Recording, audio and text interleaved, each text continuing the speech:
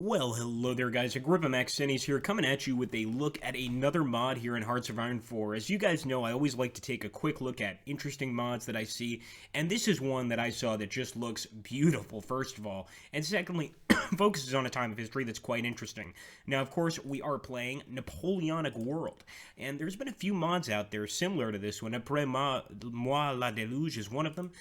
This one, of course, is actually directly from the Napoleonic times. As you can see, we could play as Napoleon Bonaparte. We could play as Friedrich Wilhelm III. We could play as Francis I, and we could also play as the great George III, or the crazy, whichever way you see, as well as a bunch of other leaders. Now, one thing that I'm not so crazy about in this mod is the government system. If we take a look here at the ideology of Friedrich Wilhelm III, he's a communist. That doesn't make much sense, if at all. The same with the Austrian Empire over here. At least they're an authoritarian regime, and a totalitarian regime. Fascist for Napoleon Bonaparte, again, I'm really not feeling it. We are going to select Napoleon Bonaparte to sort of see how things go. This does seem to be a fairly new mod, so of course, with new mods, people are always adding stuff. That's totally understandable. Of course, Italy is totally broken up, Florence being its very own capital with the great Ferdinand III. Of course, we have the Papal States here, led by Pope Pius, and we've even got Naples here, led by Ferdinand IV. So there are a lot of interesting things jumping out at me right away that I do quite like. I think right now my only real issue is the fascist parties. I guess they're calling it Mouvement Franciste, but I wish they could get rid of that title of fascism. Obviously, communism isn't even around at this point. It's 1803. It's just not very realistic. Now, the one cool thing is they did manage to get the timeline correct. So as you can see over here, we're not starting in 1930s, 1940s. We're starting in 1799, and for that, I think that's a really cool bit of information. Now, if we take a look here at the national focus, there also seems to be an actual national focus that focuses specifically on Napoleonic France. So we could prepare for war, we could study military tactics, we could begin construction, we could also force system upon Portugal, force system upon Prussia, and this is, of course, the Napoleonic continental system. So I'm going to, of course, select instability in Europe. Now, one thing I want to jump at is the political advisors. It doesn't look like, once again, the political advisors look very different. We've all seen different mods where they actually managed to change these portraits, and I really think with this mod, if they did that, this could be a pretty awesome mod, all things considered. We've also got a ton of different German states. Of course, at this point, Germany was not yet unified, so I could see people having quite a lot of fun playing here as one of the different German states.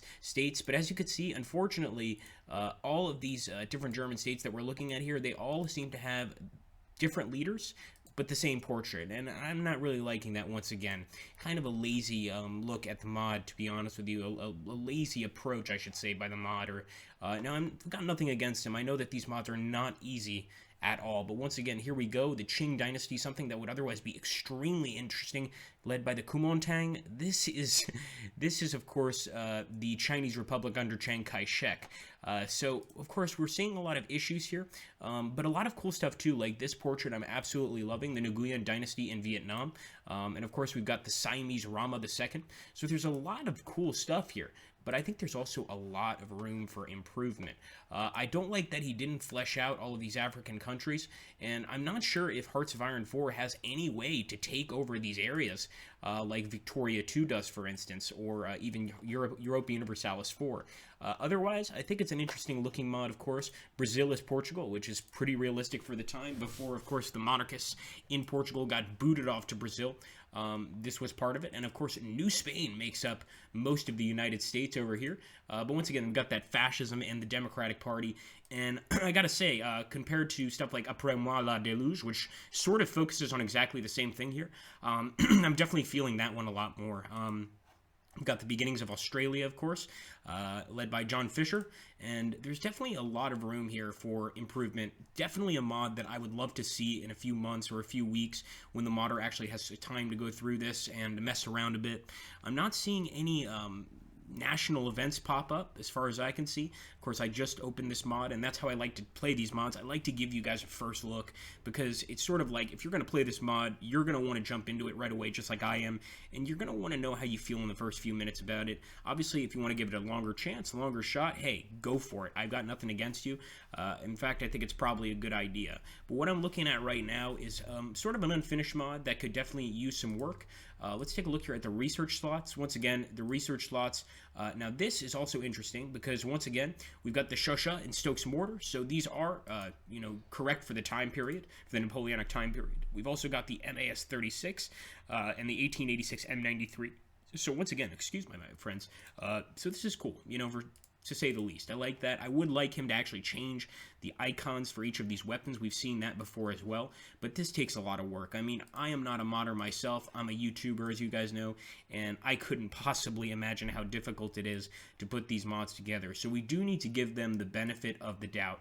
100%. I really think that this is something that could be pretty cool. Right now, not something I would necessarily recommend, but if you're into the Napoleonic time period, it would be kind of cool to maybe take over one of these German states, try to take out the rest, and see what happens. Anyway, guys, that's just a quick look at the mod, the Napoleonic mod. I hope you guys enjoyed.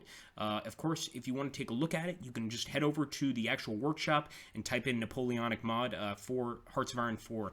I can't stand it when people ask me for the mod link. I could put the mod link in myself, but it requires me to jump back to Steam, pop it in, and I might just not remember to do that. So it's really up to you guys to find this. And it is called the Napoleonic mod. It's that simple. And right now, of course, not too much there, but at the same time, a lot there at the same time. It's sort of like, and I hate to say this, it's like an ocean that's an inch thick. It's an entire ocean of possibilities, but just not much there as is.